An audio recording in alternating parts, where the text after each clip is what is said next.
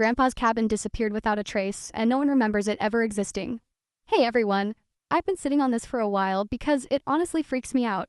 I don't know if I just imagine things or if something weirder is going on, but I swear I remember my grandpa's cabin.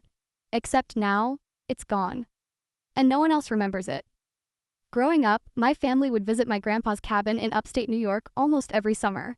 It was this old, creaky thing deep in the woods, surrounded by pines. No electricity, just lanterns and an old wood stove.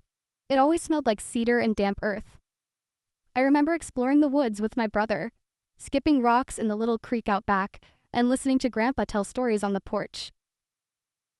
The last time I remember going was in 2008, when I was about 12. Then, life happened. Grandpa passed away in 2013, and we just never went back.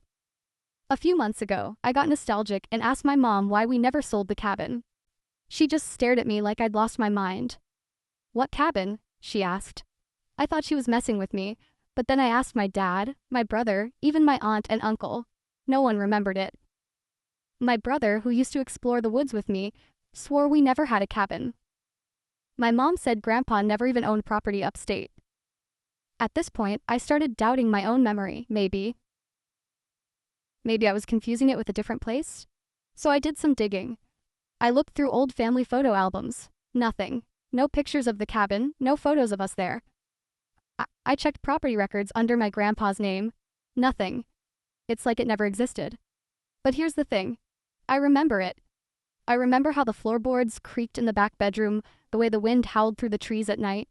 I remember the tin cup Grandpa used for his coffee, the axe he kept near the porch. I even remember this one time.